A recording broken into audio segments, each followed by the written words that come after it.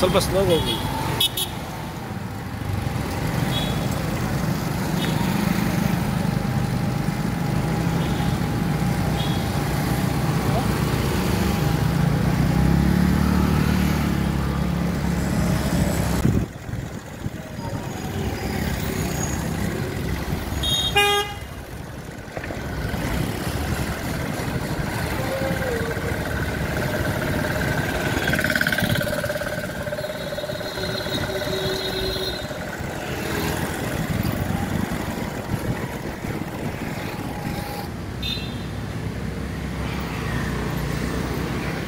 Sir ನಮಸ್ಕಾರ.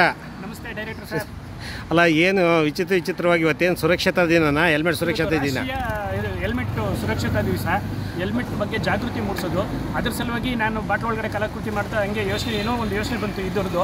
ಇನ್ನು ಡಿಫ್ರೆಂಟಾಗಿ ಏನಾದ್ರು ಮಾಡೋಣ ಅಂದ್ಬಿಟ್ಟು ಏನು ಮಾಡಿದೆ, ಒಂದು ಇದು ಟಿವಿ ಹುಡುಕ್ಬಿಟ್ಟು ಟಿವಿ ಒಳಗಡೆ ಹೆಲ್ಮೆಟ್ ಫಿಟ್ ಮಾಡಿದ್ದೀನಿ. ನಮ್ಮ ಹೆಲ್ಮೆಟ್ ಏನಿದೆ ನ್ಯಾಚುರಲ್, ಅದು ಪಟ್ಟಿಯೆಲ್ಲ ಇದೆ ಕ್ಲಿಪ್ ಹಾಕೋದು ಆ ಥರ. ಅದು ಏನಕ್ಕೆ ಅಂದರೆ, ನಾನು ಪ್ರತಿಯೊಬ್ಬರು ಪೊಲೀಸರು ಹಿಡಿತಾರೆ ಅನ್ನೋ ಕಾರಣಕ್ಕೆ ನಾವು ಹೆಲ್ಮೆಟ್ ಹಾಕಬಾರ್ದು. ನಮ್ಮ ಸೇಫ್ಟಿಗಾಗಿ ಪೊಲೀಸರು ಹಿಡಿತಾರೆ ಬಿಡ್ತಾರೋ, ನಮ್ಮ ಸೇಫ್ಟಿಗಾಗಿ ನಾವು ಹೆಲ್ಮೆಟ್ ಹಾಕಲೇಬೇಕು. ಅದು ಮನಸ್ಸಲ್ಲಿ, ಜನರ ಮನಸ್ಸಲ್ಲಿ ಅದಿದೆ, ಅದು ಹೋಗಬೇಕು. ಆ ಥರ ಮೈಂಡ್ ಸೆಟ್ ಹೋಗಬೇಕು. ಇಲ್ಲ ನಾವು ಯಾವಾಗಲೂ ನಾವು ಮನೆಯಿಂದ ಗಾಡಿ ತೆಗೆದು ಆಚೆ ಬರ್ತಿದ್ರೇ ಹೆಲ್ಮೆಟ್ ಇರಬೇಕು. ಯಾಕಂದರೆ ಬಿದ್ದಾಗ ನಮ್ಮ ತಲೆಗೆ ಪೆಟ್ಟು ಬೀಳಬಾರ್ದು ಅನ್ನೋ ಒಂದು ಸೇಫ್ಟಿಗೆ ಇರೋದು. ಯಾಕಂದರೆ ಎಷ್ಟೋ ಜನ ನೋಡಿದ್ದೀವಿ, ಈಗ ಒಂದು 2 ವರ್ಷದಲ್ಲೂ ಅಷ್ಟೇ, ಅದು ಯಾರೋ ಲೈಟ್ ಕಂಬಕ್ಕೆ ಗುದ್ದಿ ಪಾಪ ತಲೆಗೆ ಪೆಟ್ಟಾಗಿ ನಮ್ಮ ಸಿನಿಮಾ ನಟರು ಒಬ್ಬರು ತಿರೋದ್ರು. ಈ ಥರದ್ದೆಲ್ಲ ಭಾಳ ನೋಡ್ತಾ ಇರ್ತೀನಿ, ದುಃಖ ಆಗುತ್ತೆ. ಕೆಲವು ಟೈಮಲ್ಲಿ ಏನಾಗುತ್ತೆ ಅಂದರೆ, ಕೋಮಾ ಸ್ಟೇಜ್ಗೆ ಹೋಗಿ ಒಂದು 2-3 ತಿಂಗಳು ಕೋಮಾದಲ್ಲಿ ಇರ್ತಾರೆ. ಮತ್ತೆ ಆಮೇಲೆ ತೊಂದರೆ, ಇಡೀ ಕುಟುಂಬಸ್ಥರಿಗೆ ತೊಂದರೆ ಆಗುತ್ತೆ. ಇದು ಆ ಕಡೆ ನರಳಾಡಂಗೂ ಇಲ್ಲ, ಈ ಕಡೆ ಬಿಡಂಗೂ ಇಲ್ಲ.